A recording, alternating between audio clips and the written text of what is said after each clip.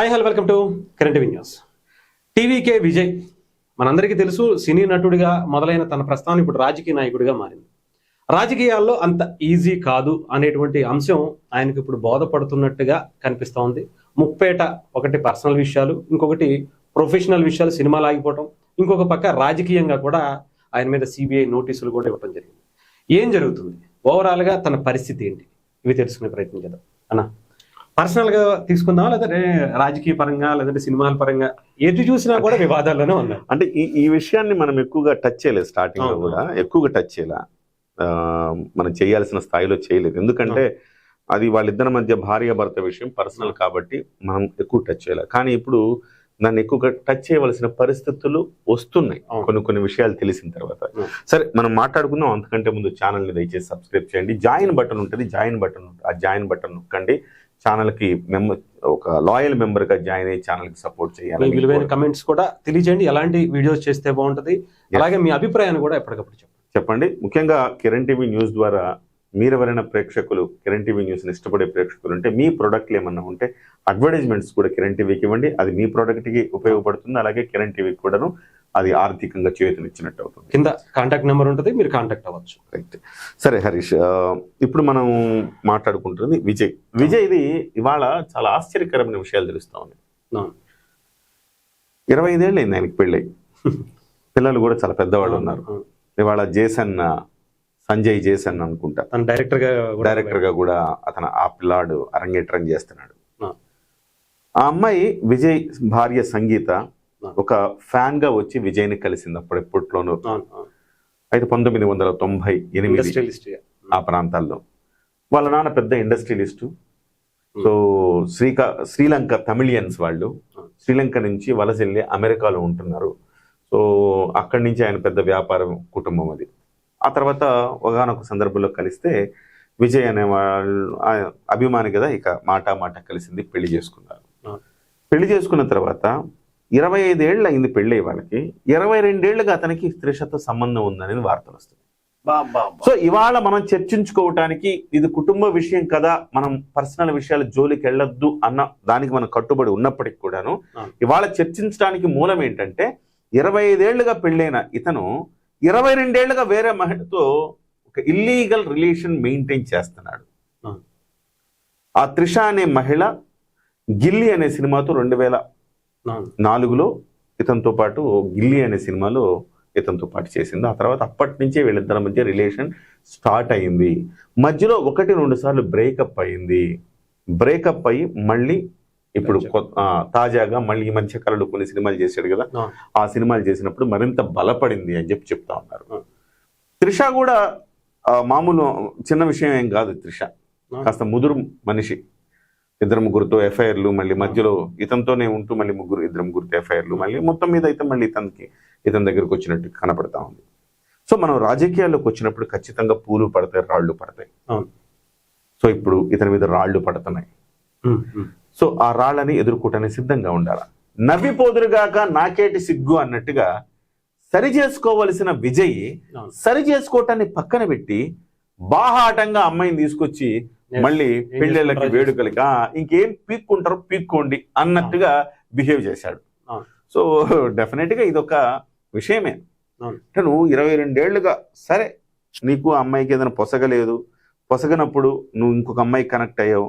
So విడాకులు తీసుకోవచ్చు. రాజ్యాంగ పరంగా మీకు ఒక చట్టం కొన్ని హక్కులు ఇచ్చింది. ఆ హక్కుల పరంగా మీరు ఒక మ్యూచువల్ అండర్స్టాండింగ్ తో విడిపోండి. నువ్వు ఇంకొక అమ్మాయిని పెళ్లి చేసుకో, ఆ అమ్మాయి ఇంకొకళ్ళని పెళ్లి చేసుకోవచ్చు, ఇబ్బంది ఏం లేదు. రాజ్యాంగం ఇచ్చింది, చట్టబద్ధంగా ఏం చేసినా తప్పేం లేదు. మనం మాట్లాడుకోకూడదు. 3 కాదు 30 పెళ్లిళ్ళు చేసుకుని ఇతను తప్పేం లేదు. చట్టబద్ధంగా చేసుకుంటే ఇక్కడ పాయింట్ నోట్ చేసుకుంది, చట్టబద్ధంగా నువ్వు చేస్తే తప్పు లేదు. కానీ ఇల్లీగల్ రిలేషన్ ను 22 ఏళ్లుగా మెయింటైన్ చేస్తూ, అది అందరికీ తమిళనాడులో చాలా మందికి తెలుసు. అది ఒక బీజేపీకి సంబంధించిన ఒక నాయకుడు దాన్ని తెర మీదకి తీసుకొచ్చినప్పుడు చాలా రియాక్ట్ అయిపోయింది, చాలా హై లెవెల్ రియాక్ట్ అయింది త్రిష.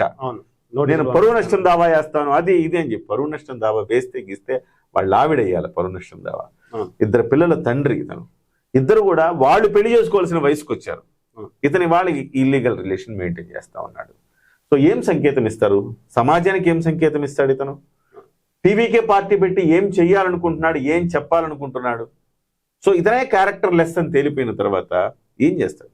రాజ్యాంగబద్ధంగా ఇచ్చిన దానికి నువ్వు నిజంగా త్రిషతో నీకు ఇష్టమైతే ఎప్పుడో నువ్వు నీ భార్యకి చెప్పి సో మ్యూచువల్ అండర్స్టాండింగ్కి వెళ్ళిపోయి మీరు విడాకులు తీసుకుని పెళ్లి చేసుకోవాల్సింది అమ్మాయిని. అట్లా కాకుండా ఇల్లీగల్ రిలేషన్ మెయింటైన్ చేయటం అనేది ఇవాళ పార్థిబన్ అన్నాడు. పార్థిబన్ చాలా కీలకమైన వ్యాఖ్యలు చేశాడు. ఆమె ఇంట్లో కూర్చుంటే ఎంత బయటకు రాకుండా ఇంట్లో కూర్చుంటే మంచిది, కాపురాలు కోలకుండా ఉంటాయి అన్నాడు. దాని మీద కూడా ఆమె పెద్ద రియాక్ట్ అయింది. సో అవన్నీ కూడా కాదు, కానీ విజయ్ అనే వ్యక్తి వాస్తవానికి ఇవాళ విజయ్ మొత్తం రాజకీయాల్లోకి ఇవాళ వచ్చేసి ముఖ్యమంత్రి అయిపోవాలి అన్న ఒక కాంక్షతో వస్తున్నాడు. ఇతను కూడా వస్తే మళ్ళీ తమిళనాడు ప్రజలు చాలా జాగ్రత్తగా ఉండాలా. ఇతను మరొక హిందూ ద్వేషి. స్టాలిన్ ఎలాంటి హిందూ ద్వేషులో, స్టాలిన్ కూడా ఉదయనిధి స్టాలిన్ ఎలాంటి హిందూ ద్వేషో, ఇతను కూడా హిందూ ద్వేషే. విజయ్ జోసెఫ్ అదేనా ఇతని పేరు.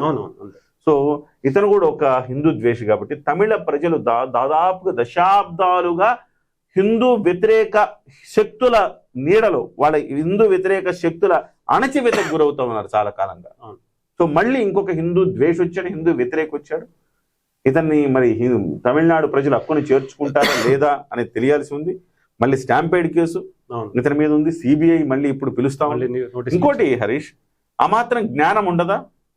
ప్రజలు తండోపతండాలుగా వస్తున్నారు. ఇతను సరే, ఇతను ఎంత గొప్ప యాక్టర్ అనేది పక్కన పెడితే వాళ్ళకి నచ్చుతాడు, కొంతమందికి నచ్చుతాడు, కొంతమంది నచ్చకపోవచ్చు. వాళ్ళకి నచ్చాడు. తమిళనాడులో చాలా మంది ఇతను ఫాలోయర్స్ ఉన్నారు, ఫాలో అవుతున్నారు, బానే ఉంది. సో మినిమం జాగ్రత్తలు తీసుకోవాలన్న సెన్స్ లేదా? సభ జరిగినప్పుడు కూడా తను అక్కడ ప్రసంగిస్తానే ఉన్నాడు. అదే క్వశ్చన్ చేస్తున్నారు. ఏం తేడా అల్లు అర్జున్కి ఇతనికి? ఏం తేడా?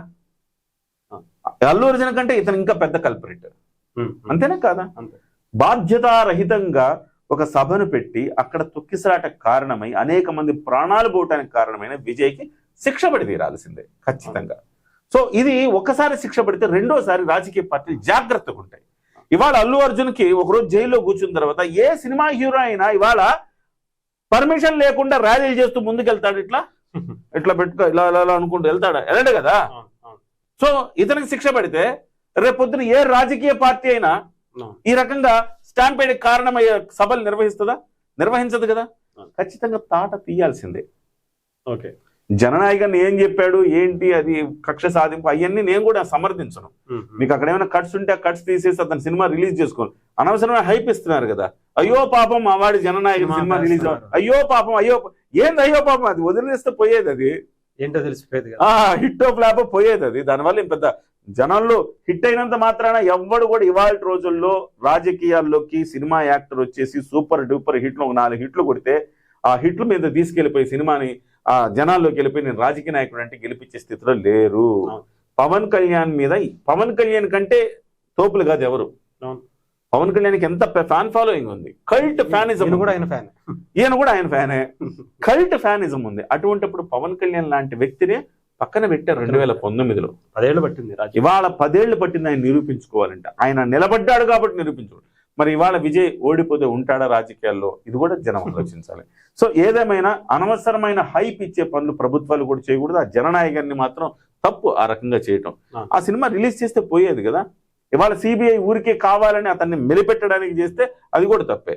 నిజంగా ఆయన కల్ప్రిట్ అయితే ఆయన శిక్షించండి, అంతే తప్ప అనేక సందర్భాల్లో ఈ కేంద్ర ప్రభుత్వం ఆడుకుంటా ఉంటది. సిబిఐ కేసులు పెట్టేసి వాళ్ళకు అనుకూలంగా మలుచుకోవటానికి పిండుతూ ఉంటది. ఆ పిండే పనులు ప్రజలకు అర్థమైపోయినాయి. ఇవాళ అలాంటి స్ట్రాటజీలు మానేసుకొని జనానికి వదిలిపెట్టండి. ఇతను మంచోడా చెడ్డోడా, ఇతను చేసే పనులు మంచివా చెడ్డవా, మరి మరొక హిందూ ద్వేషిని నెత్తి మీద కూర్చోబెట్టుకుంటారా లేదా అనేది జనం నిర్ణయిస్తారు, అంతే కదా.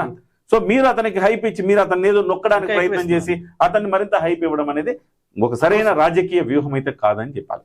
రైట్. ఏదేమైనా మరి మన జననాయకన్ విజయ్ గారి పరిస్థితి ఎలా ఉంటది అనేది ఇంకా ఇప్పుడిప్పుడే మొత్తం అన్ని 30 ఏట దాడి జరుగుతున్నటువంటి పరిస్థితి. ఇవన్నీ నెట్టుకుని కనీసం ఎలక్షన్స్ వరకు అయినా ఉంటారా లేదా అనేది చూడాలి, నిరూపించుకోవాలి. అతను ఈ రాళ్ల దెబ్బలకంతా నిలబడి నేను స్ట్రాంగ్, నేను ఉంటా, ఇది నా వ్యక్తిగతమైన విషయంలో నేను తప్పు చేసుండొచ్చు, అవసరమైతే బహిరంగ క్షమాపణ చెప్పి తప్పు చేసి తప్పు ఉండొచ్చు, కానీ నేను జనం కోసం ఉంటానని చెప్పగలిగిన స్థాయి స్థితి అతనికి ఉంటే బహుశా అప్పుడు జనం స్వీకరిస్తారేమో, తెలియదు కదా మనకి. రైట్ అన్న, థ్యాంక్ యూ.